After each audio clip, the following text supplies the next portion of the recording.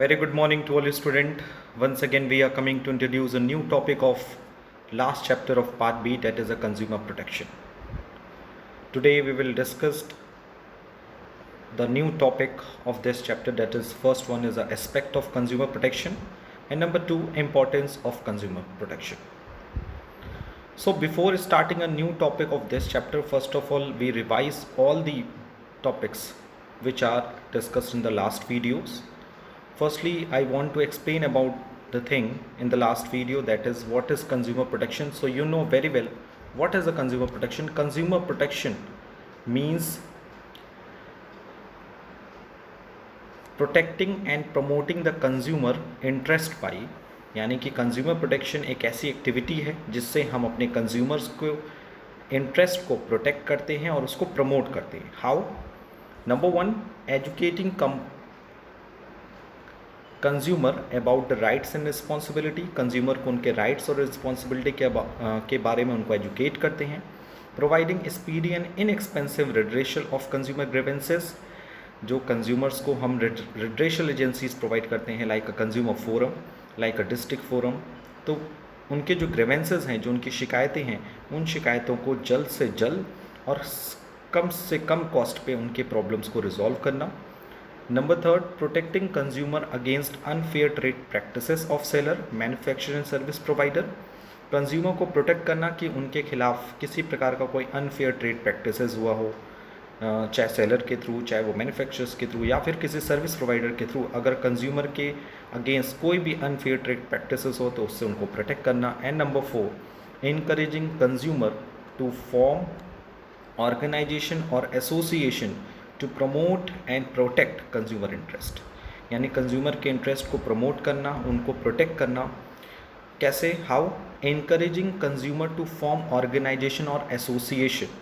यानी कि कंज्यूमर को इनकरेज करना कि वो स्पेसिफिक ऑर्गेनाइजेशन एसोसिएशन बनाए फॉर द कंज्यूमर. जैसे you know very well, business का अपना एक एसोसिएशन होता है, that is known as a व्यापार मंडल. वैसे ही कंज्यूमर के लिए भी ग्राहक एसोसिएशन बने, कस्टमर एसोसिएशन बने, जो कि अपने इंटरेस्ट को प्रोटेक्ट कर सके और उनको प्रमोट कर सके. In the last video we also discussed the very important topic, that is what are the content of the consumer protection. So you know very well, consumer protection refers to protecting the customer or consumer against anti-consumer trade practices by the producer or seller. यानी कि seller की तरफ से या producer की तरफ से consumer के खिलाफ किसी प्रकार का कोई भी एंटी कंज्यूमर ट्रेड प्रैक्टिसेस हो. What is anti consumer trade practices? So you know very well, the first one is a dissipative advertisement, adulteration, poor quality, lack of services, etc. So this is known as a consumer protection. So in other words, we can say that consumer protection means that consumer rights as to safety, information, choice, representation, redressal, basic needs are not violated. यानी consumer protection का ये भी मतलब आप निकाल सकते हैं कि कंज्यूमर को जो राइट्स मिले हैं, लाइक अ सेफ्टी, इंफॉर्मेशंस, चॉइस का, रिप्रेजेंटेशंस का, रिड्रेशल का, बेसिक नीड्स का, वो कहीं भी वायलेट ना हो. यानी उनको ये प्रॉपर राइट्स प्रोवाइड किए जाएं जिससे वो अपनी सारी चीज़ों को ईजिली परफॉर्म कर सके. So you can see that the consumer protection act और the consumer protection activity is totally based on the consumer. By the help of consumer protection, we protect and promote the consumer interest, and we protect the consumer from the anti-consumer trade practices by the producer or the seller. So this is a brief revision of the last video. Now we will move to the today's topic. The today's topics you know very well. We discuss in this today's video the first topic of today, that is the aspect of consumer protection. There are basically three important aspects of consumer protection. That is the first one is the physical protection of the consumer. अगर हम consumer protection के aspects की बात करें तो सबसे पहला aspects होता है that is the physical protection. It includes a measure to protect consumer against products that are unsafe or injurious to health or and hygiene. यानी कंज्यूमर को प्रोटेक्ट करने का सबसे पहला कंपोनेंट या एस्पेक्ट होता है कि कंज्यूमर को फिजिकली प्रोटेक्ट किया जाए। फिजिकली प्रोटेक्ट करने का मतलब है कि कोई भी प्रोडक्ट कंज्यूमर के फिजिकली, उनके फिजिकली चीज़ों के लिए हार्म ना हो, उनके लिए अनसेफ ना हो, उनकी हेल्थ के लिए इंजूरियस ना हो, और हाइजीन फैक्टर को भी मेंटेन करना। इसीलिए हम लोग you can see that we provide a mineral water जो उनके हाइजीन के लिए इंपॉर्टेंट होता है।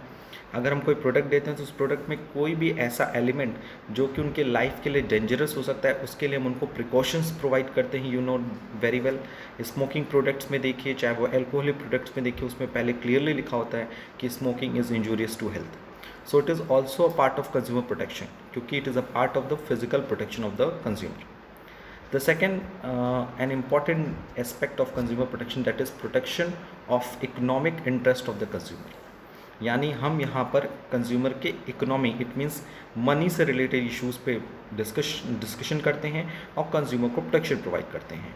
So it includes the measure to protect the consumer against destructive and other unfair trade practices to promote him educate means to get his grievances redressed. यानी कि अगर हम किसी प्रोडक्ट को कंज्यूमर को प्रोवाइड कर रहे हैं तो एक रीजनेबल प्राइस पे हो, उनके साथ किसी प्रकार का कोई अनफेयर ट्रेड प्रैक्टिसेस ना हो, as well as if he has any doubts, he has any complaint regarding any product, तो उनको उसका सॉल्यूशन या उसका ग्रीवेंसेस का रिड्रेसल भी जल्द से जल्द किया जाए। So the first component and first aspect of the consumer protection, that is protect to consumer as well as consumer for their economy. The number third one is the aspect of consumer protection, that is a protection of public interest. It includes the measure to prevent abuse of monopoly position or respective practices. ये बहुत important part है कि you know very well there are basically few companies which are run in our business, जो हमारे areas में business करते हैं, और हम ये देखते हैं कि वो मोनोपोली को इस्टेब्लिश करने की कोशिश करते हैं। यानी कि वो ही अपने हिसाब से प्राइस को डिसाइड करते हैं और बाकी इकोनॉमीज़ को अपने हिसाब से रन कराने की कोशिश करते हैं। So monopoly is also the harm. So basically the consumer protection aspect includes the number one, physical protection of the consumer को physically protect करना. Number two, protection of economic interest of the consumer को economic point of view, that is a monetary point of view से उन्हें protect करना. And number three, that is a protection of public interest, that is पूरी public को, सिर्फ एक individual consumer को नहीं बल्कि पूरे पब्लिक को मोनोपोली या रिस्ट्रिक्टिव प्रैक्टिसेस से बचाना. You know very well, monopoly का सबसे बड़ा एग्जांपल ये होता है कि there is a one seller and large number of buyer. तो अगर एक सेलर होता है तो वो अपने अकॉर्डिंग प्रोडक्ट को प्रोड्यूस करता है, उसको प्रोवाइड करता है, उसकी प्राइस डिसाइड करता है, उसकी डिमांड क्रिएट करता है. एंड रिस्पेक्टिव प्रैक्टिसेस, कुछ एक्टिविटीज़ ऐसी होती हैं जो बिज़नेस में वॉइड होती हैं, जिसे बिज़नेस में अगर हम अडॉप्ट करते हैं तो वो कहीं ना कहीं पब्लिक के इंटरेस्ट के अगेंस्ट होता है. So such kind of things is also included in the consumer protection. So if you are talking about the consumer protection, so with the help of consumer protection, we protect the consumer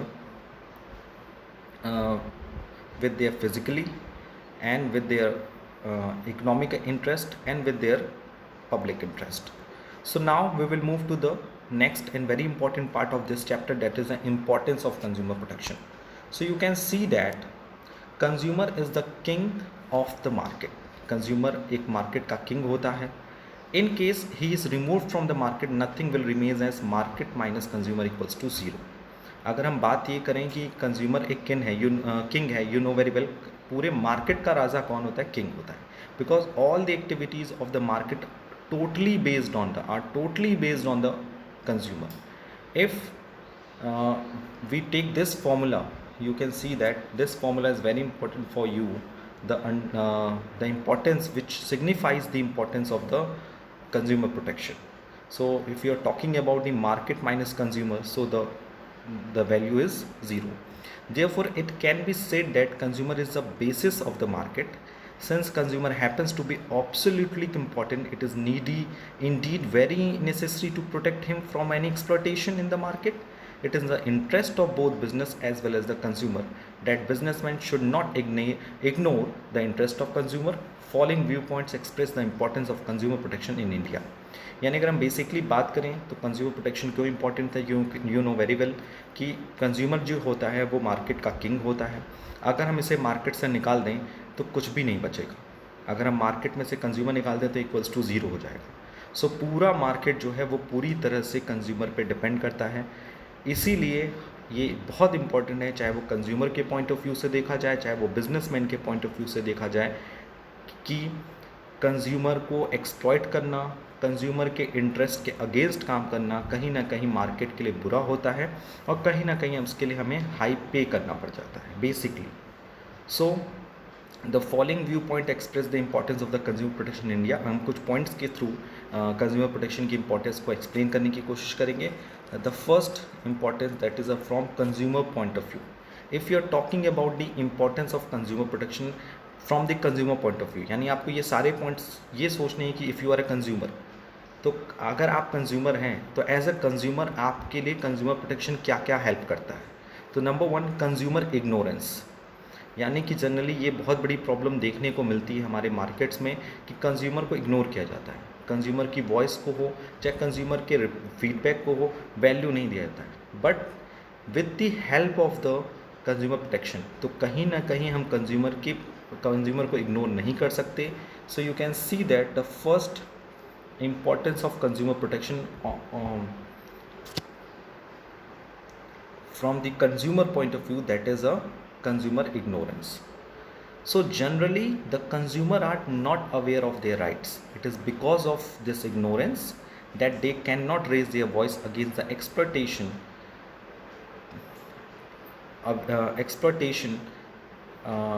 rampant in the market. In the light of widespread ignorance of consumer about their rights and relief available to them, they bear this exploitation. Therefore, it has become necessary to educate the consumer about their rights so as to achieve consumer awareness. So you can see that consumer protection consumer के लिए सबसे पहले इसलिए important है because इससे consumer ignorance को हम कम कर सकते हैं, क्योंकि मोस्ट ऑफ द कंज्यूमर अपने राइट्स एंड रिस्पॉन्सिबिलिटी के बारे में नहीं जानते. सो अगर उनको कोई भी फर्म या कोई प्रोडक्ट से उनको एक्सप्लॉइटेशन किया जा रहा है या उन्हें फ्रॉड किया जा रहा है, तो यू कैन सी डैट कि वो अपनी वॉइस नहीं उठा सकते. और उनको ये नहीं पता होता है कि अगर उनके साथ कोई गलत हुआ है या कुछ भी उनके साथ फ्रॉड हुआ है या उनकी किसी भी राइट्स को वायलेट किया गया है, तो वो कैसे अपना पॉइंट ऑफ व्यू प्रेजेंट कर सकते हैं और अपने कह सकते हैं अपने कंप्लेंट्स को कैसे प्रोड्यूसर तक पहुंचा सकते हैं, गवर्नमेंट तक पहुंचा सकते हैं. So it is very important to neglect the consumer ignorance, to reduce the consumer ignorance with the help of consumer awareness. The number second and very basic problem of in our India, that is unorganized consumer. You know very well, यहाँ पे business के लिए कई organisation बने हुए हैं, forms के लिए कई ऑर्गेनाइजेशन बने हैं, एज वेल एज छोटे छोटे बिजनेस के लिए डेट इज़ MSMEs के लिए कई ऑर्गेनाइजेशन बने हैं, बट कंज्यूमर के लिए कोई ऑर्गेनाइजेशन नहीं है. So there is a need of consumer, organized consumer. There is a specific body of individual which represent the consumer. So consumer need to be organized in the form of consumer organization, which would take part of their interest. Through in India, we do have a consumer organization which are working direction. Educate protection is required to be given to consumers till these organizations become powerful enough to protect and promote the interest of the consumer. यानी अगर हम पहले की बात करें तो पहले जब हमारे यहाँ देश में कंज्यूमर प्रोटेक्शन नाम की कोई चीज़ नहीं थी, तो वहाँ कंज्यूमर प्रॉपरली ऑर्गेनाइज नहीं होते थे. जब कंज्यूमर ऑर्गेनाइज नहीं थे तो यू नो वेरी वेल अकेले बंदे का कोई भी फीडबैक नहीं होता या अकेले बंदे का कोई भी कह सकते हैं कोई कंप्लेन है तो उसको सुनने वाला नहीं होता. लेकिन जब हम उसी चीज़ को एज अ ऑर्गेनाइजेशन के फॉर्म में या मिल के प्रेजेंट करते हैं, तो यू कैन सी दैट उसका जो जवाब होता है, उसका जो फीडबैक होता है, उसका जो कंप्लेन का जो रिजोल्यूशन होता है, वो जल्द से जल्द पास हो जाता है. So with the help of organized consumers, that is a consumer organization, हमें क्या मिल सकता है, कंज्यूमर को जल्द से जल्द अपने कंप्लेन का सॉल्यूशन मिल सकता है, उनके द्वारा किए गए शिकायतों का निवारण किया जा सकता है. So it is a very basic and very common importance of consumer protection from the consumer point of view. The third and very important importance of consumer protection from the consumer point of view, that is a widespread exploitation of the consumer. The consumer are widely exploited by dishonest producer and traders. For example, they may substandard or duplicate product which are not even sale of human consumption, or they may charge higher price of scare goods. False advertising is another way of exploit the innocent consumer. Thus, there is a strong case for protecting the consumer against malpractices. So you can see that कि consumer का हर जगह एक बड़े level पे exploitation हो रहा है. कैसे एक्सप्लोटेशन होता है?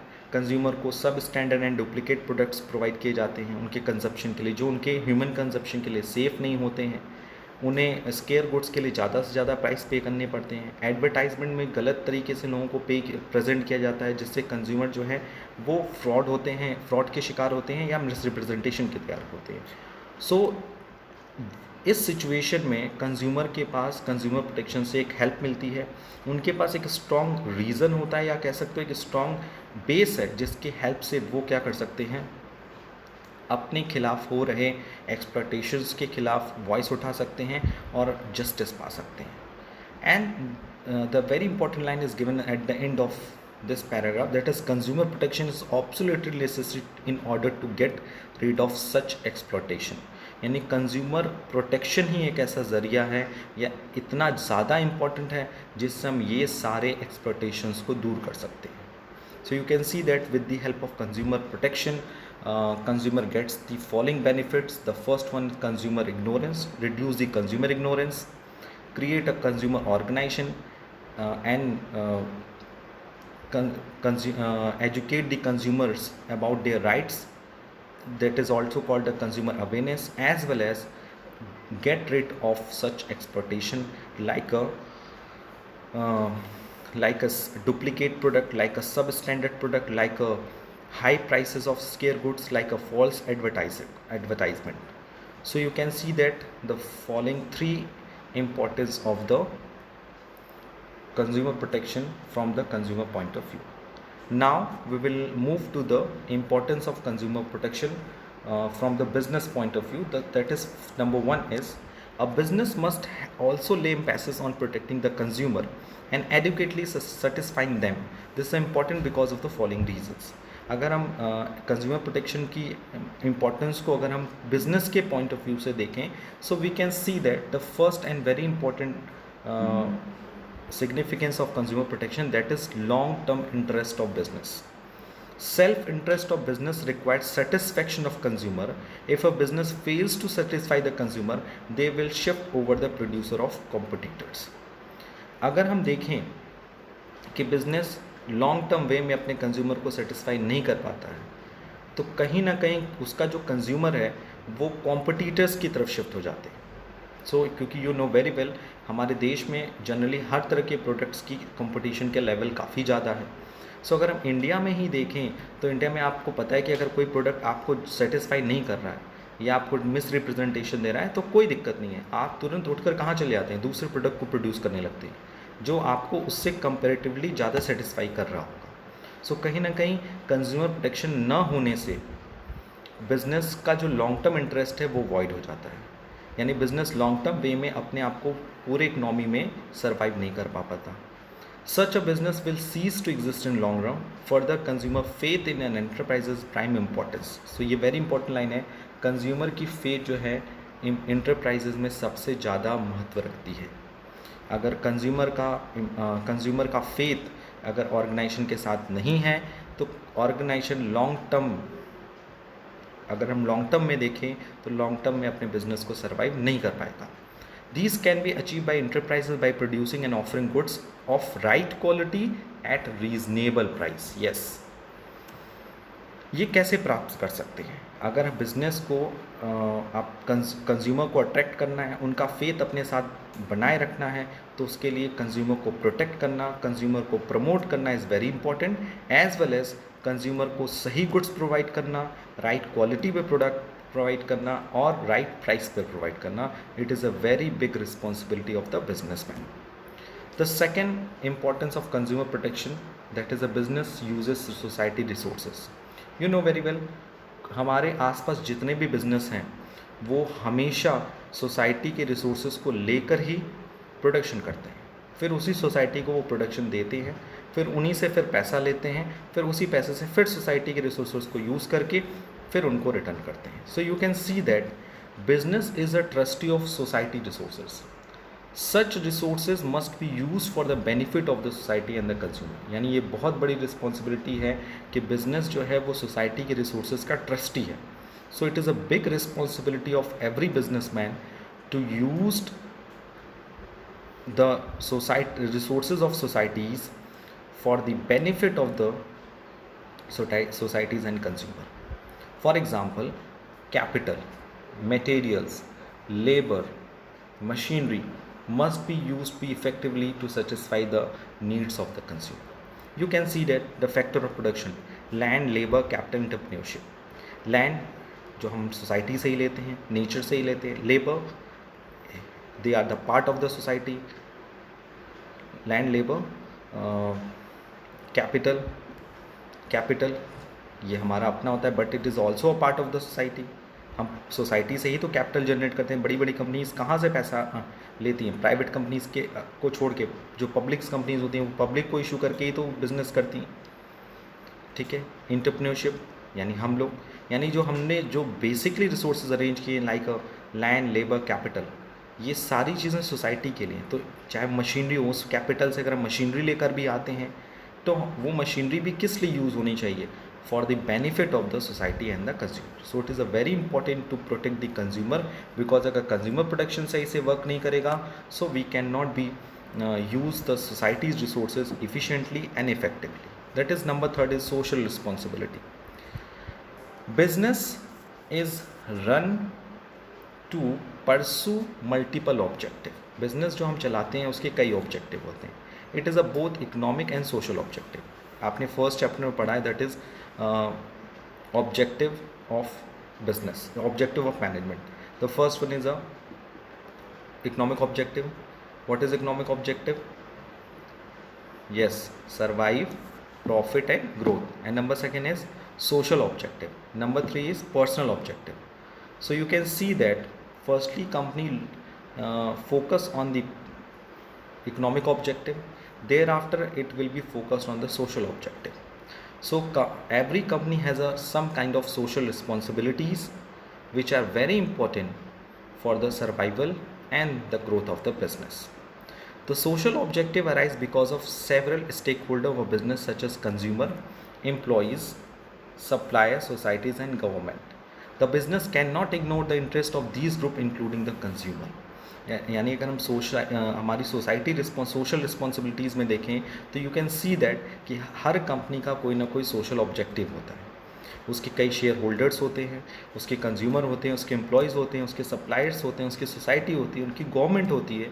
ये सब के सब का सबके प्रति कंपनीज़ की अपनी कुछ ना कुछ रिस्पॉन्सिबिलिटीज़ होती हैं जिन्हें उन्हें पे करना पड़ता है, जिन्हें उन्हें बियर करना पड़ता है.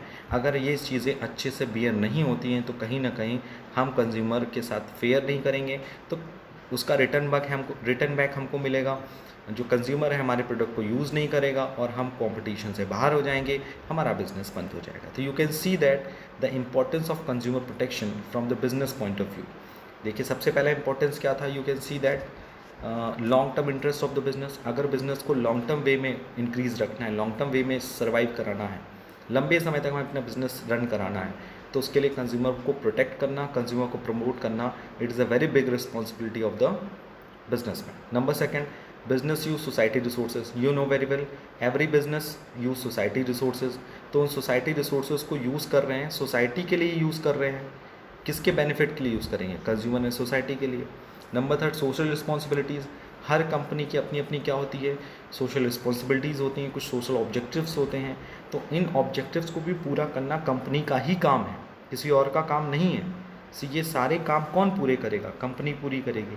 तो उसके लिए कंज्यूमर को प्रोटेक्ट करना और प्रमोट करना भी तो हमारी जिम्मेदारी बनती है. सो consumer protection is also very important for the businessman.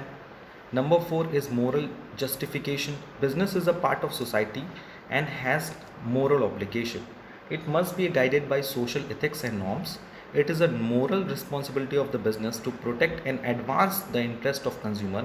This could be done by the business by producing the right quality goods and offering them at a fair and reasonable prices. You know very well, moral justification is very important part of the consumer protection. So the moral justification is totally based on the protect. It is a moral responsibility of a business. If we see this line, it is a moral responsibility of the business to protect and advance the interest of consumer. यानी consumer के interest को protect करना और उनके interest को regulatory advance करते रहना, बढ़ाते रहना, उसको प्रियोरिटी लिस्ट में लाना. That is a moral justification. और ये कैसे हो सकता है? Business by producing the right quality goods and offering them a fair and reasonable prices. So you can see that company के लिए कंज्यूमर प्रोटेक्शन इसलिए भी इम्पोर्टेंट है because company, every company has a social responsibility और moral responsibility to protect and advance the customers interest of the consumers by producing the right quality goods and offering them at a fair and reasonable prices. And number 5th, why consumer protection is important for the businessman? That is government intervention. Government intervention, you can see that government takes active interest in the protection of the consumer rights. You can see that consumer ने एक act बनाया, that is a consumer protection act, जिसकी help से government क्या करती है, अपने consumer के राइट्स को प्रोटेक्ट करती है. यानी कंज्यूमर के राइट्स को हम किसी तरह से वॉयलेट नहीं कर सकते हैं. The importance of consumer protection also arises from the fact that the government is committed to the welfare of general public who are consumer also. यानी कंज्यूमर प्रोटेक्शन की इंपॉर्टेंस इसलिए भी ज़रूरी है क्योंकि गवर्नमेंट इस चीज़ को लेकर कमिटेड है कि कोई भी बिजनेसमैन इसलिए काम करेगा जिससे जनरल पब्लिक का वेलफेयर हो, दैट इज़ कंज्यूमर. अगर हम एक्सप्लॉयटेशन ऑफ कंज्यूमर करते हैं, exploitation of consumer is even against the directive principle of constitution of India. Over the year the government have pass several laws for the protection of consumer. Consumer protection act 1986 is a landmark legislation to safeguard the interest of consumer against defective good, unsatisfactory services, unfair trade practices and the other form of exploitation. So you can see that why consumer protection is important for the businessman, because of government businessman से ऊपर है या नीचे है? Sir वो business के ऊपर है. गवर्नमेंट क्या करती है, हर बिजनेस को वॉच करती है कि उन्होंने जो भी एक्टिविटीज़ कर रहे हैं क्या उससे गवर्नमेंट को एक्सप्लॉइट किया जा रहा है. ऐसा तो नहीं कि गवर्नमेंट के वेलफेयर को ब्रेक किया जा रहा है. सो ये सारी चीज़ें देखना एज वेल एज कंज्यूमर के राइट्स को प्रोटेक्ट करना भी गवर्नमेंट का काम है. सो ये रिस्पॉन्सिबिलिटी ऑटोमेटिक बिजनेस के पास भी आ जाती है, बिजनेसमैन के पास, कि वो ऐसा कोई भी काम नहीं करेंगे जिससे कंज्यूमर के राइट्स वायलेट हों. कोई भी ऐसा काम नहीं करेंगे जिससे कंज्यूमर के वेलफेयर या जनरल पब्लिक के वेलफेयर के कामों में रुकावट आए या फिर कंज्यूमर को एक्सप्लॉइट किया जाए. सो इन सारी चीज़ों को देखते देखते गवर्नमेंट ने कई सारे लॉज, कई सारे एक्ट्स पास किए. बट गवर्नमेंट ने उसके बाद एक बहुत ही फेमस एक्ट कंज्यूमर के लिए समय जो समय हमारे देश में एप्लीकेबल है वो पास किया, that is a consumer protection act. What is a consumer protection act? It is a landmark legislation to safeguard the interest of consumer against defective good, unsatisfactory services, unfair trade practices and other form of exploitation. यानी consumer protection act एक ऐसा act है जिसके through consumer के interest को safeguard दिया जाता है, उनके इंटरेस्ट को प्रोटेक्ट किया जाता है. किसके अगेंस्ट? डिफेक्टिव गुड्स के अगेंस्ट, अनसेटिस्फैक्ट्री सर्विसेज के अगेंस्ट, अनफेयर ट्रेड प्रैक्टिसेस के अगेंस्ट या फिर कोई अदर टाइप का exploitation.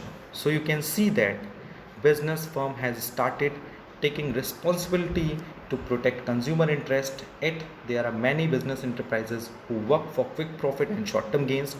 To earn extra profit they may include in unfair trade practices. To control the malpractices of seller, the government produce a legal framework within which the business organization are expected to function. So ये आपने देखा कि business अपने consumer को protect करने के लिए कई तरह की रिस्पॉन्सिबिलिटीज़ दी गई हैं. यानी बिजनेस फर्म को कंज्यूमर के इंटरेस्ट को प्रोटेक्ट करने के लिए कई रिस्पॉन्सिबिलिटीज़ दी गई हैं और वो उस रिस्पॉन्सिबिलिटीज़ को पे काम भी कर रहे हैं. लेकिन कुछ ऑर्गेनाइजेशन ऐसे हैं जो शॉर्ट टर्म गेन और क्विक प्रॉफिट अर्न करना चाहते हैं. You can see that this thing in this line. To earn extra profit, यानी एक्स्ट्रा प्रॉफिट कमाने के चक्कर में वो कुछ अनफेयर ट्रेड प्रैक्टिसेस भी कर बैठते हैं.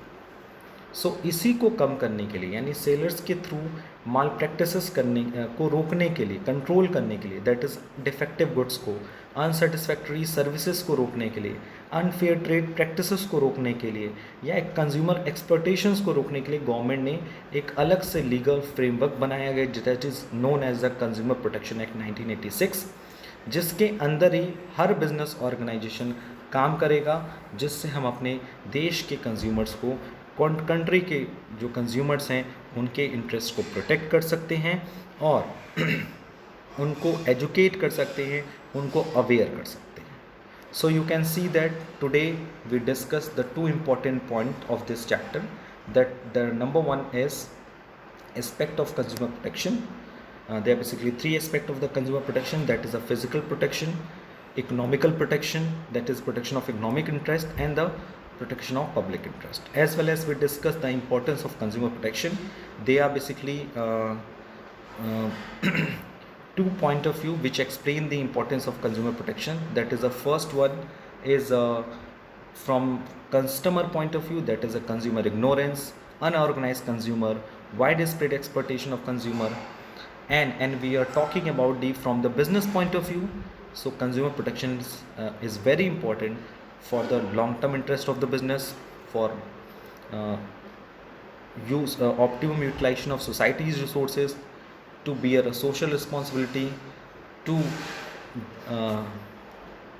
bring a moral justification, and to focus on the government intervention. And we can see that government make a separate act for the consumer protection, that is a Consumer Protection Act 1986, who provide the safeguard the interest of consumer against defective goods, unsatisfactory services, unfair trade practices, and other form of exploitation. So I hope today we cleared all the topics very easily. Apart from this, if you have any doubts or suggestion regarding this video, please ask me in the online classes or in the WhatsApp group. आज के लिए इतना ही. Thank you. Thanks a lot.